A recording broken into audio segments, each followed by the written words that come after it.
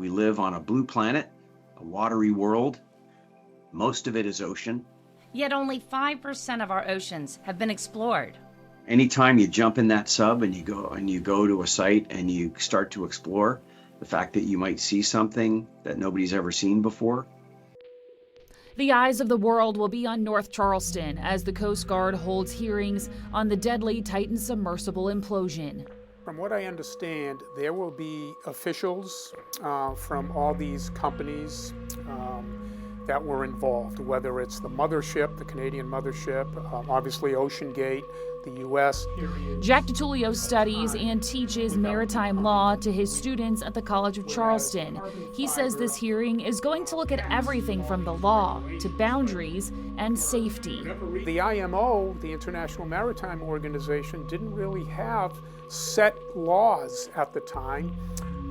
This occurred in international waters. So it's not like one country has jurisdiction, which is going to make this case interesting because as we talked about, you have a Canadian mothership, you have a U.S. company, and then you have people from three or four different nations that died. He says the emergency rescue plan will be studied and new standards could be set. Should there be another diving capable submersible just in case it's needed? Like, for instance, what if, communication was lost or there was a problem with ballast and this submersible was sitting 12,000 feet below the surface with people on board that couldn't get back to the surface, they couldn't communicate, but the hull was intact, right? We would want somehow to be able to rescue them. DiTullio says while this case shocked and horrified the world, it's a moment that will shape history. It's too bad we had to learn this way, but we think of, again, going up in space, the Challenger, blowing up. So there are many accidents that can happen when we are at the edge of discoveries of either out in space or the deep ocean that we learn from. And unfortunately, it seems to be the only way to learn. The frantic search and recovery of the Titan submersible in 2023 ended with pieces being pulled from the ocean. But seasoned explorers say this was an anomaly. The OceanGate tragedy was entirely avoidable. Patrick Leahy has dedicated his life to deep-sea exploration and the safe building of submarines and submersibles. I think submersibles are the most magical machines on our planet, and giving people an opportunity to experience the ocean from the comfort and safety of a human-occupied vehicle is a great privilege. He's been at the forefront of some of the most historic deep dives with his company Triton Submarines, going to places untouched by humans. We completed 4 of the 5 deeps at that point, and we were on our way to complete the final of the 5 deeps, which was going to be in the Arctic Ocean. And on the way, we decided to make a stop at Titanic because we could, and it was something that our customer Victor was interested in doing. So we made a handful of dives on the wreck, and then we continued up to the Arctic and completed the 5 deeps mission about a month later. He says when built, inspected, and certified properly, submersibles are safe. Certification is the best way for us to ensure safety. The certification agencies, classification societies that have developed rules over many decades are intended to ensure that a machine that's built by a company like ours meets an internationally recognized set of rules. Because the idea of putting human beings into a machine and taking them thousands of feet underwater is a very serious business and something that we take very seriously and very personally. Leahy says the implosion should serve as a warning for other companies. The lesson to take away from the OceanGate tragedy is really simple. There's no place for experimental vehicles in continued human exploration of the deep sea. If you want to take human beings into the deep sea, you have to be held to a higher standard. And that high standard, that high bar, has to be accreditation, certification. PH Nargeolet was an explorer, synonymous with the Titanic, a man respected by the diving and deep sea exploration community. The French expert that died, his name was Nargeolet, had made 38 dives down to the Titanic. He was 77 years old, probably one of the, the most, he's probably researched that expedition more down to the Titanic more than anybody else. But to Patrick Leahy, the co-founder and CEO of Triton Submarines, Nargeolet was so much more. He was a dear friend of probably 25 years. And so his tragic death was something that hit me and hit my family hard, because PH would visit us here in Florida and stay with us. The two met through work more than 2 decades ago. And I got first introduced to him in early 2000 when I was involved with getting a couple of subs prepared for a filming expedition for James Cameron. And those subs had previously been in the care and control of PH when they were owned by Canal Plus. So that's when we first met and got acquainted. Leahy and Nargeolet diving down to the depths of the ocean together. When we were doing our 5 Deeps mission, I was asked by my client, who could we get out here as just a sort of an observer to make sure we're doing things safely and so on. And it was PH that I suggested because of his incredible background. Nargeolet dedicated his life to the mystery of the Titanic and was working to recover pieces from the infamous ship. He was trying to recover the telegraph on that ship. So apparently that's one of the important artifacts that has not yet been recovered. So they've recovered safes that have, jewelry and all that other, valuable pieces. But the actual telegraph that was able to send out the Mayday request is what now they really want to recover.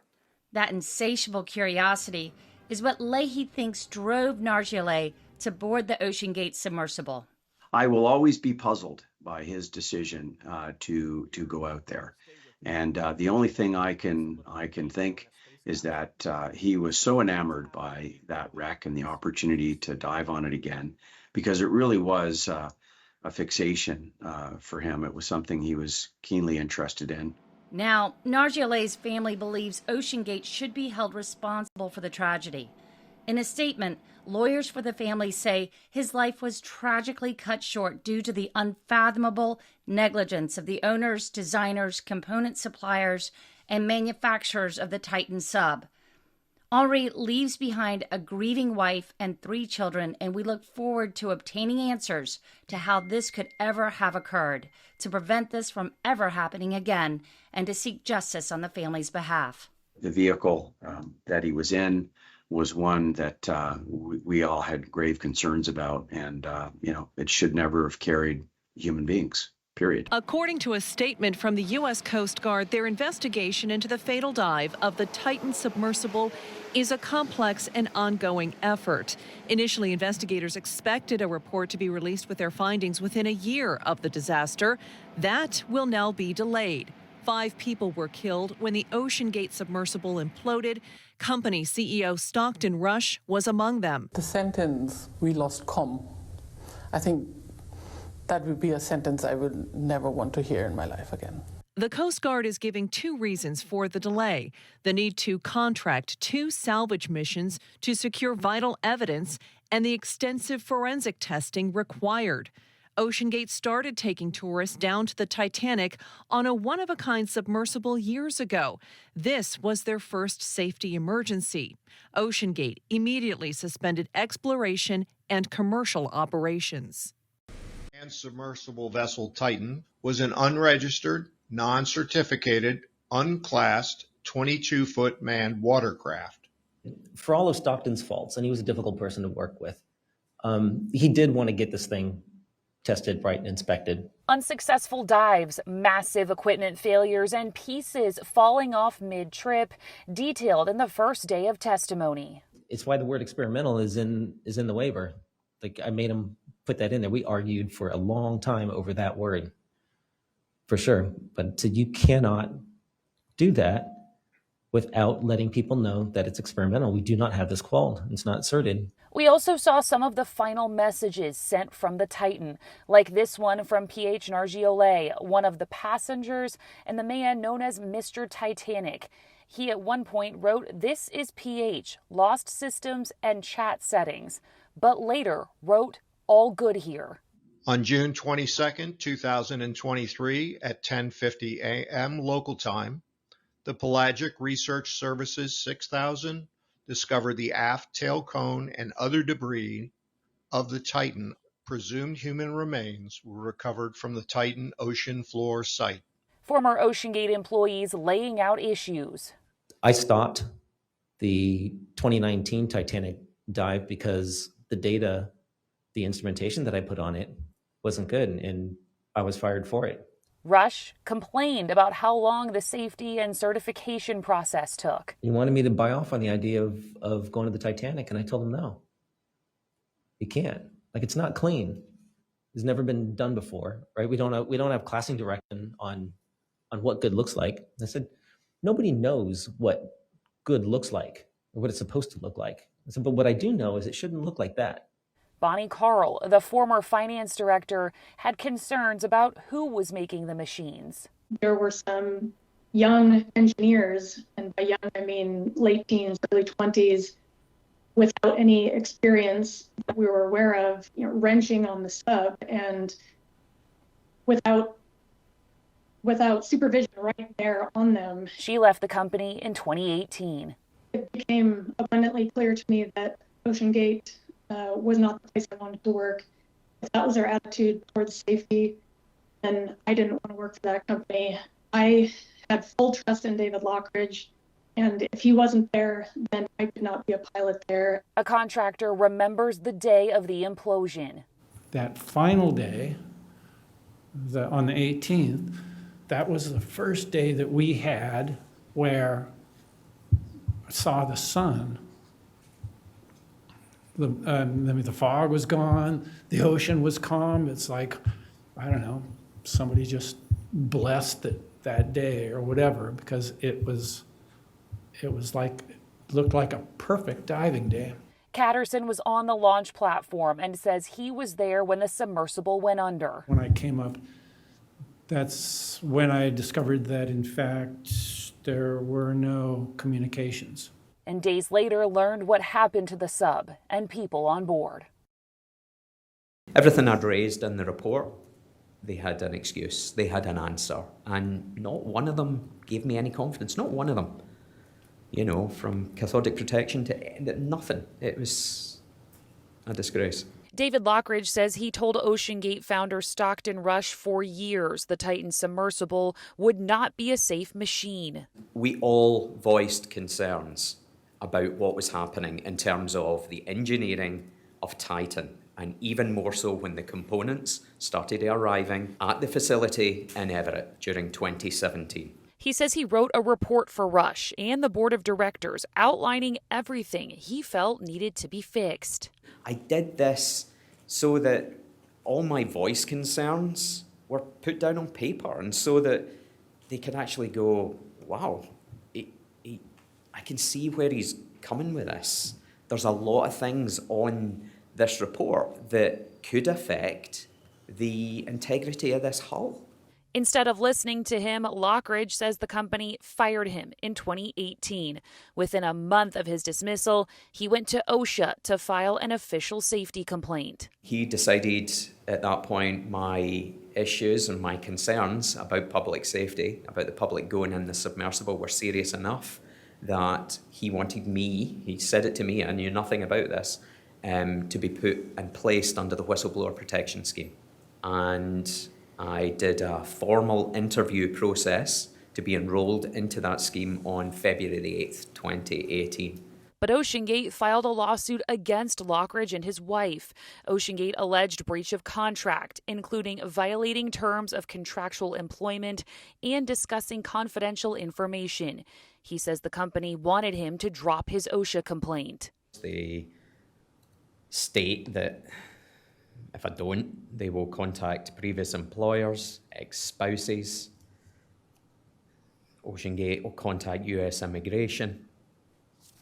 Fraud, theft, everything's in this. And what is that? That is a settlement and release agreement that OceanGate's attorneys served to my wife and I in March 2018 to get me to back off. Lockridge and his attorneys countersued OceanGate in federal court in August 2018. Today, Lockridge read emails from OSHA showing how for nearly a year his claim was not investigated, with OSHA citing the need to take care of older cases first. Not once during all of this did they actually go down, pay a visit, talk to them, nothing. And in late 2018, Lockridge says he dropped the complaint against OceanGate.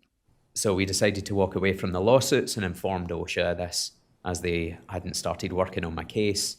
And genuinely, it was too much for us as a family. Lockridge says he never paid OceanGate any money, and they never paid him either. But he says he knew deep down there was always the risk of tragedy at OceanGate. They bypassed it all.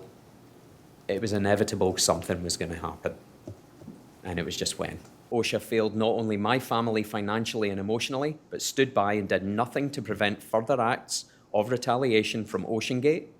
David Lockridge says he went to OSHA as a last resort after years of begging OceanGate founder Stockton Rush to make serious safety changes.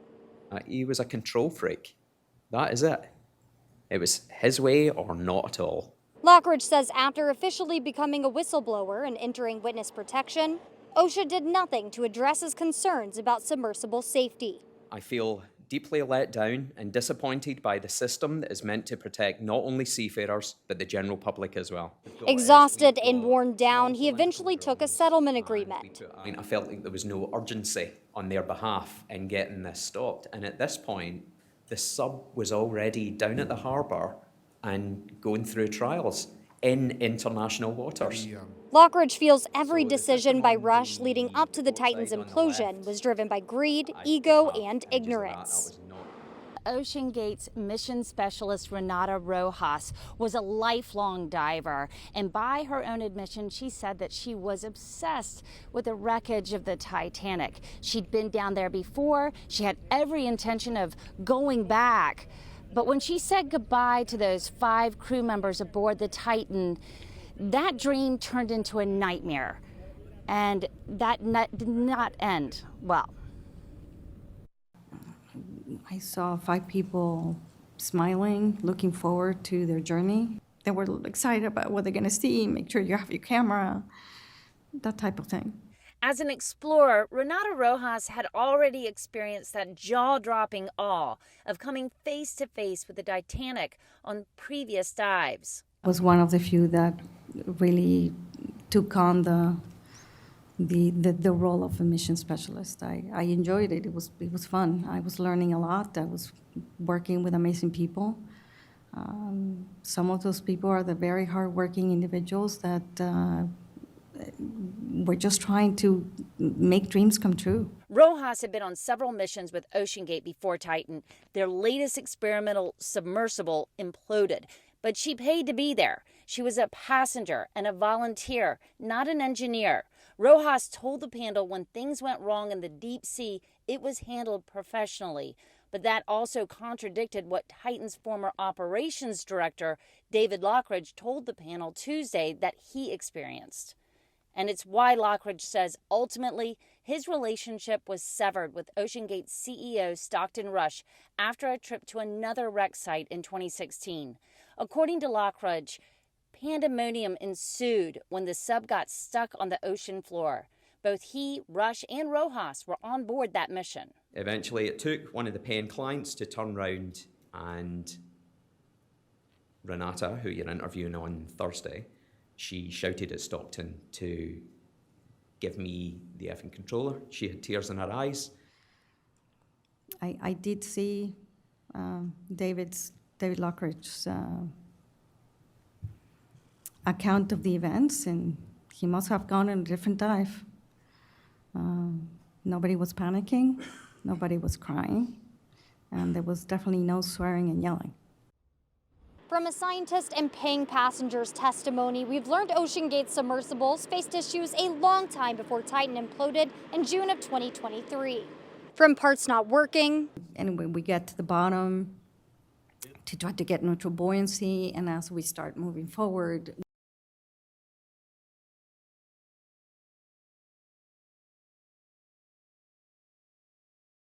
platform starts going up like that, and you're supposed to gently be placed on the ship, and they didn't do that. They literally just let it go. Fell. It was a loud bump, but obviously the forces in the front of the platform or the sub, opposite forces, shear the clamp, and the dome being as heavy as it is, without the dolly that holds it on the bottom, it broke vacuum. OceanGate submersibles were no stranger to trial and error. Passengers even endured mysterious banging noises. There was wide discussion about the noise amongst all of the crew, mission specialist, OceanGate, science crew. Everyone was interested in what that noise might have been. The last dive before the Titan imploded, OceanGate found a problem with a tank valve mid-flight, and the sub was brought to the surface. That's when another malfunction in the platform caused the submersible to tilt at a 45-degree angle. There's nothing to hold on to inside this submersible, really, so it's a fairly smooth tube. The pilot crashed into the rear bulkhead. The rest of the passengers tumbled about. I ended up standing on the rear bulkhead. One passenger was hanging upside down, and the other two managed to wedge themselves into the bow end cap. To prevent this type of danger, OceanGate had a 3-strike system before the trip was aborted. You could have been in the water already diving, and if you have a third strike, you just go back. They took the information learned. You know, they always had an interview on how was your experience, what would you change, would you have done anything differently. And used it to prepare the next crew.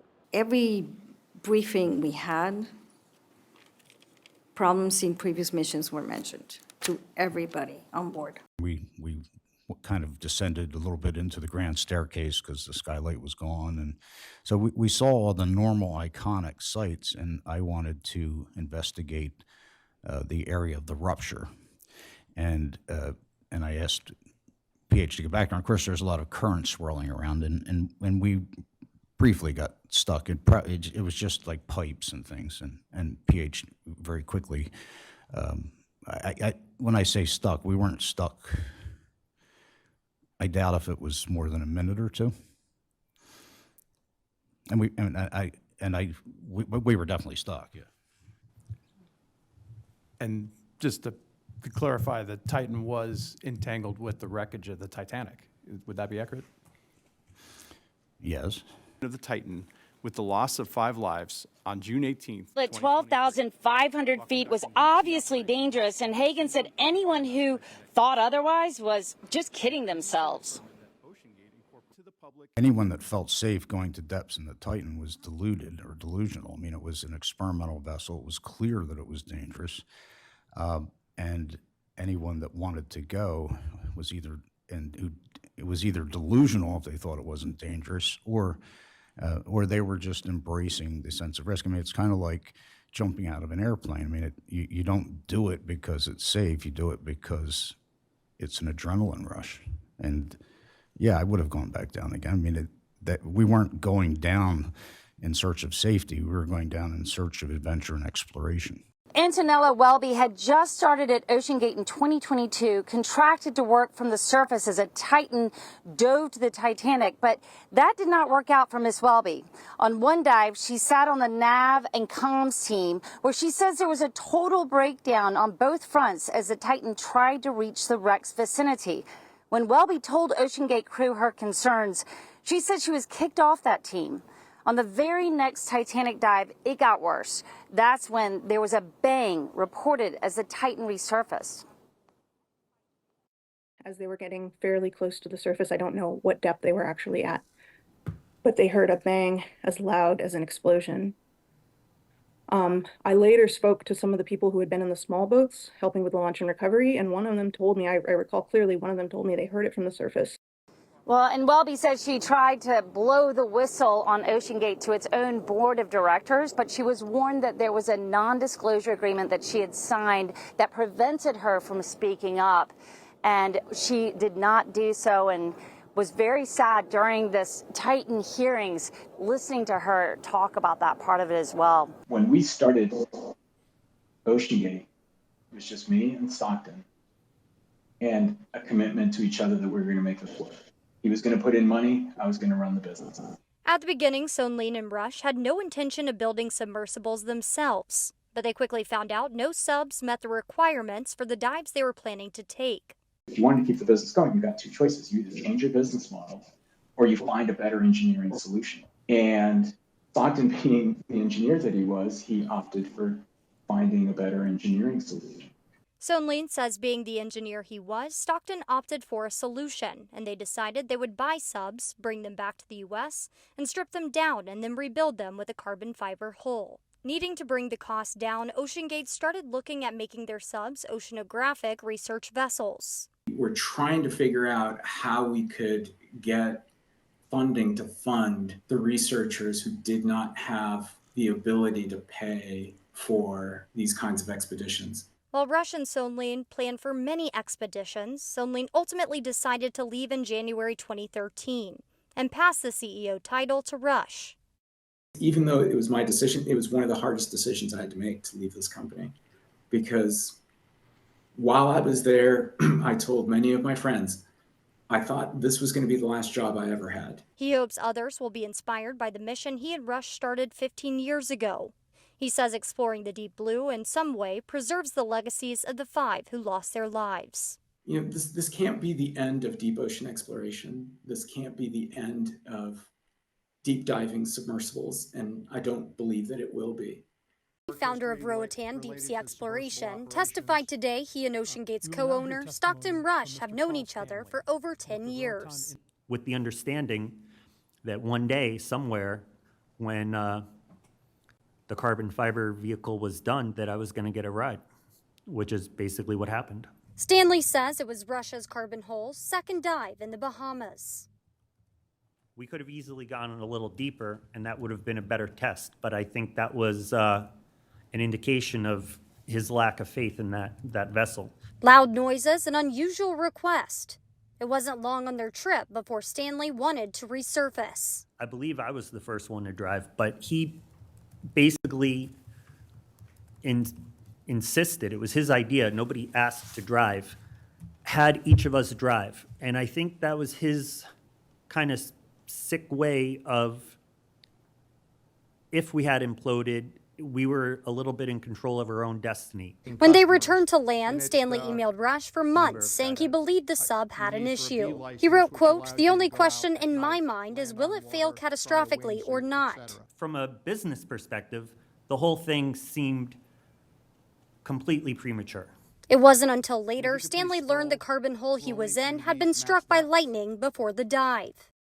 He knew at that point what the cross-section of the hull looked like. He knew that it had been hit by lightning. He knew that his engineer had quit, that would refuse to go in it. Years after, Rush perished on the Titan submersible with 4 others voyaging to the Titanic. How do you tell people their $100 million is gone and your business plan was a terrible idea and isn't working out? And I think that's why he kept diving, and he knew that eventually it was going to end like this and he wasn't going to be held accountable, but he was going to be the most famous of all his famous relatives. It's just the transceiver head moves around. 400 meters to go. Yeah. It should be about 500 meters, 30. What was that bag?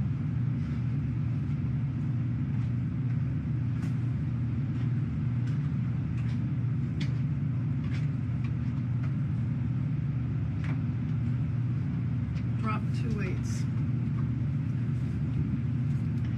Titan drop 2 weights.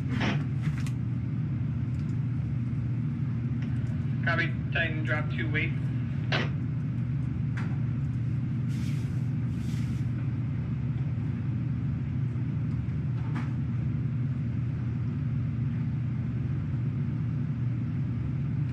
So he meant to go down fairly light.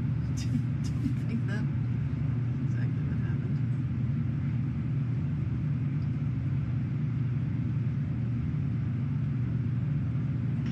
Windstack, platform. Go ahead, platform.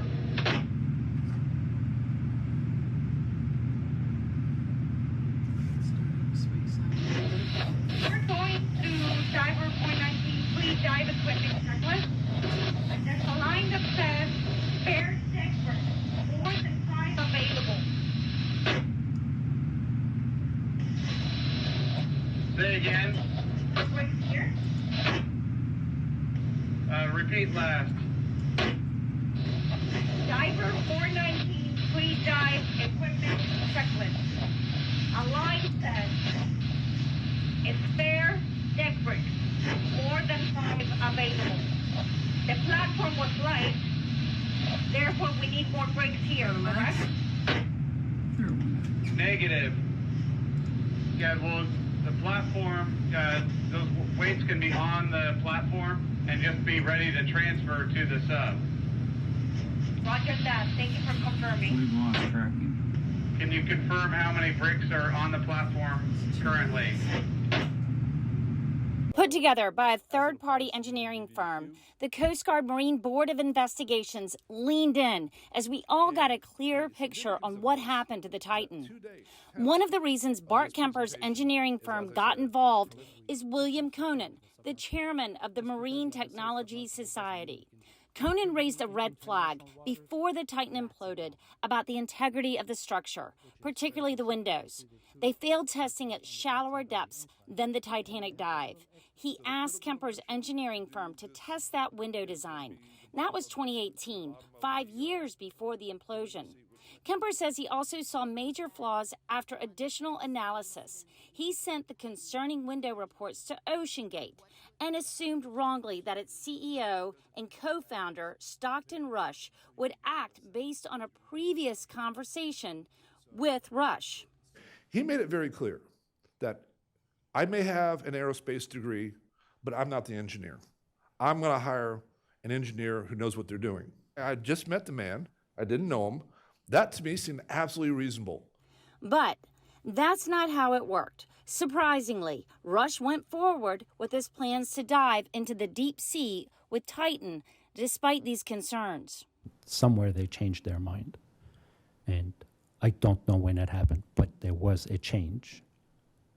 And it is somewhere around the time where we delivered the window. It's like, what do you mean you're not? You need to be doing the testing. And it was left as a hanging chad, we'll see. It's like, no, this is not optional. Conan confronted OceanGate's CEO about the concerns of the Titan design. Conan says he urged Rush to slow his approach. Rush rejected him and, in essence, his colleagues' concerns. The parting words were simpler, and he says, well, I am leaving the association. Upset, says, well, you can't. And he says, why not? He says, because Stockton, you never paid to be part of the association. You are a member of the brotherhood. You belong to the community. You have a responsibility to everybody. Those divisions left OceanGate on its own as it tested the limits of its doomed dive to the Titanic. And its colleagues in the dark as to why bring paying passengers on board. You're looking at this, like you're saying this was carbon fiber, that silver Jack part, or was DiTullio, there the a director of the different Grice part? Marine Laboratory in Charleston, has spent the past year researching the Titan submersible since the deadly implosion in 2023. Was very different than a typical submersible. DiTullio says the biggest difference is what the Titan was made from. Deep sea diving submersibles are typically made with a titanium hull, right, that can withstand pressures. OceanGate kind of went around that, and they built their hull of their vessel with a carbon fiber-based product. I believe they had what they called a titanium cap on one end of it. But the carbon fiber was highly controversial. DiTullio also says some of the strict regulatory tests and certifications were bypassed by OceanGate. When they asked the CEO, Stockton Rush, right, who was the pilot, as it turns out, of the vessel, he was also CEO of OceanGate, he said that the certification process was too slow compared to this pace of innovation that's going on in his field. And that was the reason why, they thought they could get around this.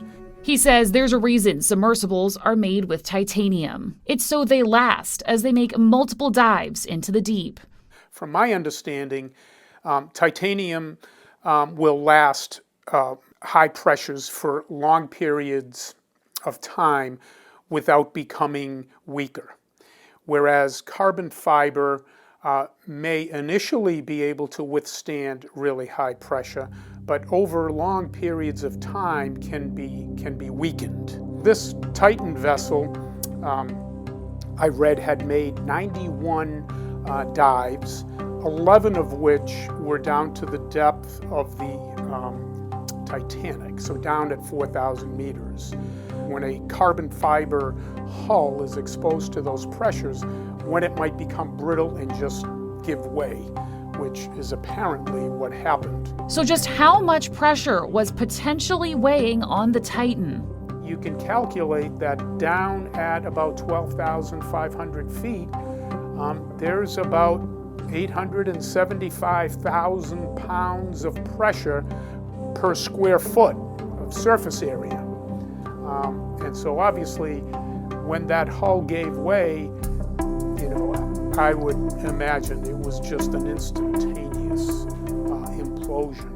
But as technology and science evolve, so too does the design of submersibles. They even hope to make a new submarine, what they call a glass bubble, that's going to have 16-inch thick acrylic, basically like plexiglass, 16-inch thick walls to withstand the pressure.